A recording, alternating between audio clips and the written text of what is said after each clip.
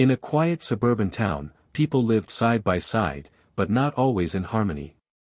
Some still carried hidden prejudice, while others faced it every single day.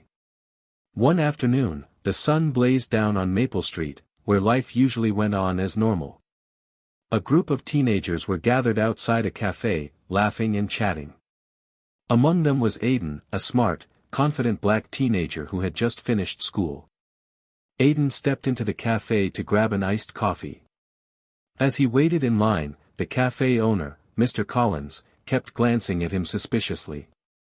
Mr. Collins was polite with everyone else, but his voice turned sharp when it was Aiden's turn. "Don't touch anything you're not buying." "I've had issues before," he said, loudly enough for the entire café to hear. The room fell silent. Aiden froze, embarrassed. He hadn't done anything wrong, he was just waiting his turn. But before Aiden could respond, a woman in her 40s, Mrs. Rodriguez, who was waiting behind him, spoke up. "Excuse me, why did you only say that to him?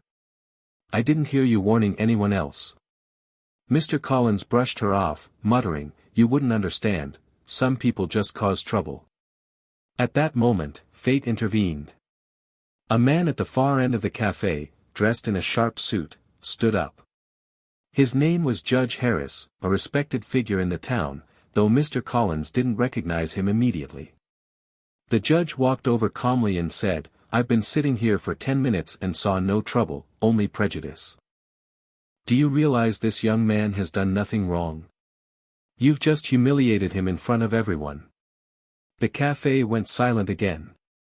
Aiden looked down, fighting back frustration.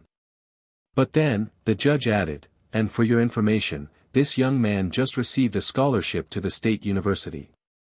I know this because I signed the recommendation letter myself. He's one of the brightest students in our community." Gasps filled the room. All eyes turned to Mr. Collins, who now looked pale and nervous. Trying to recover, he stuttered, I didn't mean," but Judge Harris cut him off. "Prejudice is still prejudice, no matter how you disguise it. And today, you embarrassed yourself, not him." The customers clapped softly, showing their support for Aiden. Mrs. Rodriguez patted his shoulder, whispering, "Don't let people like him dim your light." Feeling both relieved and proud, Aiden finally got his iced coffee, this time paid for by Mrs. Rodriguez, who smiled warmly at him. As for Mr. Collins, his reputation suffered greatly.